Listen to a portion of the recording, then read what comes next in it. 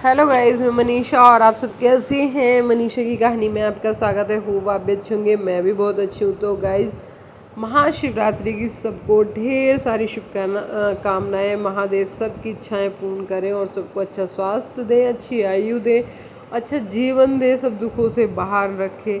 तो बस इसी कामना के साथ हम अपना वीडियो शुरू करते हैं। तो यहाँ पर आ गई हूँ मैं बच्चों के साथ मंदिर। ये जस्ट घर के बराबर में मंदिर है। हमारा मंदिर और घर बराबर बराबर ही है, तो हमारे घर के पास ही मंदिर है। तो यहाँ पर हम आए हैं अब मॉर्निंग की पूजा करने। सुबह की, शाम को हमें रुद्राभिषेक कराना है, तो अभी हम सुबह ही अपने आप से पूजा करने के लिए आए हैं। तो यहाँ पर मैं बच्चों के साथ पूजा करने के लिए बैठी हूँ। तो मैं बच्चों को बार बार कुछ ना कुछ बता रही हूँ, क्योंकि आपको पता ही है बच्चों को इतना ज्ञान नहीं होता, खास करके शुभ को तो नहीं होता, अन्नू के फिर भी अन्नू को है, क्योंकि अन्नू समझदार है, थोड़ा बड़ा है, तो वो चीज़ें देखता है और देख के वही करता है जो मैं करती हूँ। तो लेकिन शुभ थोड़ा केयरलेस है और चंचल स्वभाव का, तो इसलिए वो थोड़ा सा कर देता है इग्नोर चीज़ों को। तो खैर, हमने पहले दूध, दही, शहद, घी, शक्कर सबसे अभिषेक किया, फिर शुद्ध जल से किया। फिर उसके बाद हमने जो उनका श्रृंगार था वो किया, जैसे रोली, चावल, जो भी मिठाई, जो भी कुछ चढ़ता है सब कुछ चढ़ाया, बेलपत्र वगैरह चढ़ाए, धतूरा चढ़ाया और उनको फूल माला पहनाई। सब कुछ उनका जो भी श्रृंगार था हमसे हो पड़ा, जैसा मैं आया हमने किया। तो मैंने सोचा आप लोगों को मैं दिखा दूं कि मैं कैसे पूजा करती हूँ। तो मैं सिंपल तरीके से करती हूँ। जब मेरे हस्बैंड थे तो फिर उस टाइम पे हम बहुत अच्छे से सब चीज़ों का अरेंजमेंट करके करते थे। पहले ही दिन हम सब कुछ जो पत्ते होते थे, धतूर के फूल हैं और आक के पत्ते हैं और बड़ के पत्ते हैं, ये सब कुछ ढूंढ ढांड के वो मुझे बाइक से लेके जाते थे और सारे हम ढूंढ के ना, तोड़ के उनकी माला वाला बना के बहुत सुंदर। और वो कनेर के पीले फूल की माला, तो मतलब उनका जो था, उन्हें एक बहुत ज़्यादा था महादेव से।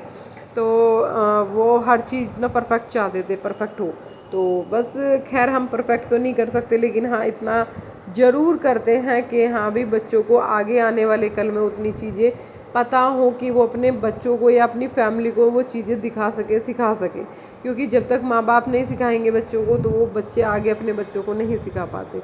तो बस मेरा मेन मोटिव यही रहता है कि मेरे बच्चे वो सब चीज़ें दिमाग में रखें जो उनको आगे कल को याद चीज़ें रहें, और वो अपने बच्चों के साथ भी वैसे ही व्यवहार करें। कहते हैं ना, जैसा बच्चे देखते हैं वैसे ही सीखते हैं। तो बस वही मेरी कोशिश है कि बच्चों को वैसा ही मैं सिखाऊं जो मतलब बच्चे को ज़रूरी है।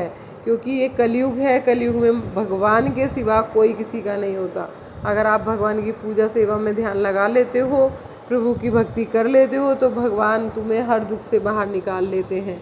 तो बस यही सोच के मैं बच्चों को साथ में बैठाती हूँ, साथ में करती हूँ पूजा पाठ, ताकि मेरे बच्चों को हर चीज़ का आइडिया हो सके। और वैसे भी क्या होता है कि जो हम लोग पूजा पाठ करते हैं, जो व्रत चर्त करते हैं, वो सब कुछ अब मैं अपने बच्चों को समर्पण कर देती हूँ। महादेव से जो भी मेरी इच्छा होती है, मैं सिर्फ अपने बच्चों के लिए बोल देती हूँ कि मेरे बच्चों को दो। पहले मैं अपने पति के लिए बोलती थी कि जो भी मेरी पूजा है, जो भी मेरा पाठ है, या जो भी मैंने व्रत किया है, उसका फल मेरे पति को मिले। अब मैं बोल देती हूँ जो भी कुछ मैंने किया है वो मेरे बच्चों को मिले, क्योंकि पति नहीं है तो क्या हुआ, मेरे बच्चे हैं, उनकी कामयाबी बहुत ज़रूरी है। ठीक है ना। तो मुझे ही क्या चाहिए, बच्चे खुश रहेंगे तो मैं भी खुश रहूँगी, बच्चे दुखी तो मैं दुखी रहूँगी। तो बस इसीलिए जो भी कुछ मेरा है वो बच्चों का है। और इसी उससे मैं बच्चों के उससे पूजा पाठ करती हूँ। जो भी कुछ करती हूँ मैं बच्चों के लिए ही करती हूँ। तो बस ये है कि वीडियो पूरी वॉच करना, पसंद आए तो लाइक, शेयर, कमेंट करना। महादेव कमेंट बॉक्स में लिखना हर हर महादेव। तो बड़ा खुशी होती है जब आप लोग कमेंट करते हो, मुझे बताते हो कि आप लोग कहाँ से हो। तो मुझे अच्छा लगता है कि मुझे बाहर से भी लोग देख रहे हैं। तो इसी करके मुझे ये लगता है कि मैंने आज सुबह की पूजा भी दिखा देती हूँ, फिर मैं शाम का रुद्राभिषेक होगा तो मैं वो भी ज़रूर दिखाऊंगी। तो दोनों टाइम की मेरी पूजा, वैसे 4 पहर होते हैं, 4 पहरों की पूजा होती है, लेकिन मैं 4 पहर नहीं कर सकती, और शायद मेरे बस में भी नहीं है कि मैं 4 पैर की पूजा कर पाऊँ।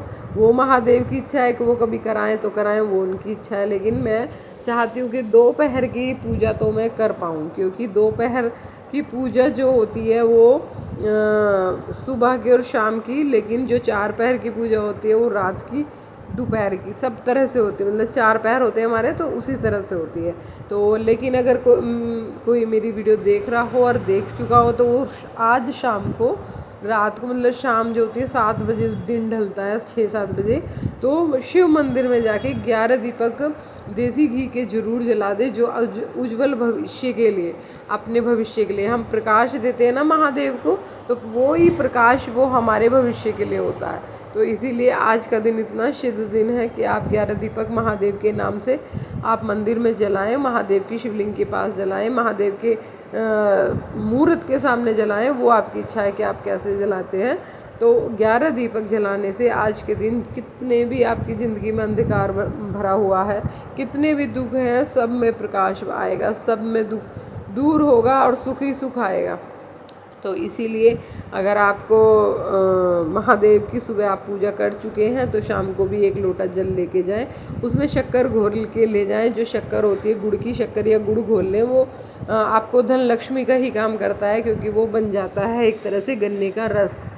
जो जल होता है, अगर हम उसमें गुड़ घोल देते हैं या शक्कर घोल देते हैं, वो गन्ने का रस बन जाता है, और गन्ने के रस से महादेव का अभिषेक करने से धन की प्राप्ति होती है, लक्ष्मी की प्राप्ति होती है। तो फिर वहाँ पर जाने के बाद, आप ये चढ़ाने के बाद, फिर आप वहाँ पे 11 दीपक देसी घी के जलाएं। तो 11 दीपक आपके जलाने से प्रभु से प्रार्थना करें कि प्रभु आप हमारे जीवन में भी उजियारा करो, हमारे जीवन का अंधकार मिटाओ, तो वो आपके जीवन में भी उजियारा देंगे। तो ठीक है, वीडियो पूरी वॉच करना, पसंद आए लाइक शेयर कमेंट करना। मिलते हैं आगे नेक्स्ट वीडियो में, बाय।